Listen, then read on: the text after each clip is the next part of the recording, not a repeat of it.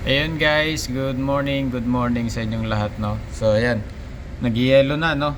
Ayan. So biyahe natin malamig na lugar, no. So galing kaming France, papunta kaming Canada, no, sa Port Cartier. Ewan ko kung nakabiyahe na kayo doon, no. So itong video na to is para to sa mga aspiring third officer, no, sa mga ratings diyan na gusto maging official, no. Kung ano yung mga preparations, no, during cold weather, no. Kung bibiyahe kayo ng malalamig na lugar. So ayan, so believe it or not, yung temperature natin sa labas is umabot na ng -12, no. -12. So okay lang kung hindi malakas ang hangin, pero nung bumiyahe kami dito, since winter time sa Canada, no. Nung bumiyahe kami, nung dumaan nga kami ng North Atlantic, sobrang lakas ng hangin talaga. Maabot ng ng mga 50 knots ganun. So sobrang lakas. Then syempre dahil sa lamig, apektado yung hindi makapagtrabaho yung mga tao sa labas, no. So ayan, so malapit na kaming dumating. Gumanda naman, bumina na yung hangin. So parating na kami mamaya sa angkorahe.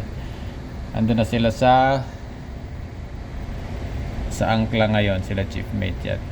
Ando na sila doon. Titibag na sila ng counting yellow. So hindi pa naman ganun kalala yung yellow ngayon, pero I don't know kung nandun na kami, kung tataas pa yung temperatura. So ayun, pag-usapan muna natin yung yung mga preparation, no, during cold weather transit. So meron naman yan sa company procedure nyo, no, sa company SMS, meron naman yung checklist na sinusunod, no. So bago bumiyahe ng malamig na lugar, may mag-a-advise na yung opisina kay kapitan, chief mate, no, may checklist na sila na isisend ulit. And then mayroon na kayong mga bawat department, sisindan na ni kapitan niya ng checklist kung ano yung mga ipi-prepare, no.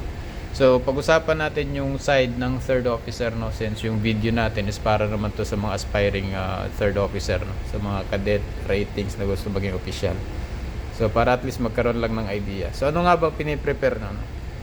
So sa side ni chief mate, medyo marami-rami kasi yun, no. About sa balas niya, no, sa angkor, sa angkla. Kasi ngayon inaariyan nila ng kaunti ang angkla, no. Nilo-lower nila kasi once na mag-stuck yung ice doon, so delikado, hindi nyo maaariya yung angkla, no. So nandun sila ngayon. And then kay chief mate, yung about sa balas, no, yung ginagawa niya is i-slack niya yung balas ng mga 10%, mga ganun, yung balas para hindi mag-frozen, no? So marami. So hindi siya madali, guys, no. Maraming preparation na ginagawa. So sa side ng third mate, no, i-prepare mo yung siyempre yung life-saving appliances and firefighting equipment. Dapat naka-secure diyan lahat, no. Naka-secure diyan sa tamang lugar, no.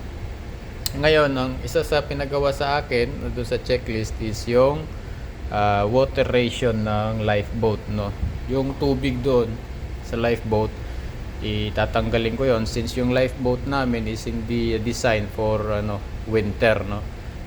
So hindi siya ice class kumbaga. So ginawa ko, tinanggal ko yung mga tubig doon, yung mga water ration natin, and then nilagay ko sa isang lugar dito sa accommodation. And then siyempre binago ko yung master list, no. Mapapansin natin dito merong additional duty yung sa master list. So nag-post lang ako dito ng additional duties. Yan, no. Bring water ration of the lifeboat, tapos yung location niya, no. Kasi baka mamaya hanapin ng authority kung sino ang naka-assign doon sa pagdala pabalik sa lifeboat just in case of abandoned ship, no. And napaka-importante noon kasi for emergency use 'yon, no. Dapat kasama siya sa master list. So 'yun ang babaguhin mo lahat. Pangalawa, syempre yung fuel ng inyong rescue boat at saka lifeboat, make sure nyo na meron kasing designated fuel 'yun, guys, na parang diesel na hindi siya tumitigas, kumbaga hindi siya anti-freezing siya, no. Yun, so i-confirm mo kung sino na-assign, kung si second engineer or third engineer sa company nyo, no, kung sino naka-assign doon, na make sure yung fuel ng rescue boat at saka lifeboat is naka-anti-freeze, no, kasi para hindi siya tumigas.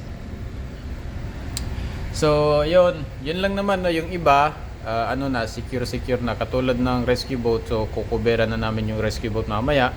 Kukubera namin yun ng canvas para kung sakaling magyelo is hindi siya mapuno dun sa loob, no. And then, pangalawa pala, yung halimbawa yung mga BA cylinder mo, at saka yung mga fire extinguisher mo, kung nakalagay siya sa labas ng accommodation, so make sure mo guys na na-check mo yung temperature na ano nun, na meron siyang ano, label ng temperature dito sa gilid, no, para kung ano yung kaya niyang temperature, no? So make sure mo na nakalagay siya sa medyo mainit-init na lugar, no, pero wag mo siyang tanggalin syempre sa fire plan mo, no, kung hindi naman kailangan. So yung mga BE cylinder secured mo sa mga mainit na lugar, no, kasi mag-i-expand yun, expand yan. So tingin ko yun lang naman, no, hindi naman ganun karami. Paki-check nyo na lang yung checklist para sigurado kayo, no. Kung may nakalimutan pa ako, pa-comment nyo na lang sa baba sa may mga experience na. Yun lang sa side ko na ano, ng sa third officer, kasi marami ang sa preparation ni chief mate, ni second mate, marami yung sa kanila din. Yung sa akin, yun lang mga importante, no, sa lifeboat, sa rescue boat. Yun lang importante doon kasi must expose sila sa ice. So yun lang guys, thank you very much, and mag-arrival na kami. See you ulit sa sunod na video, no. Thank you.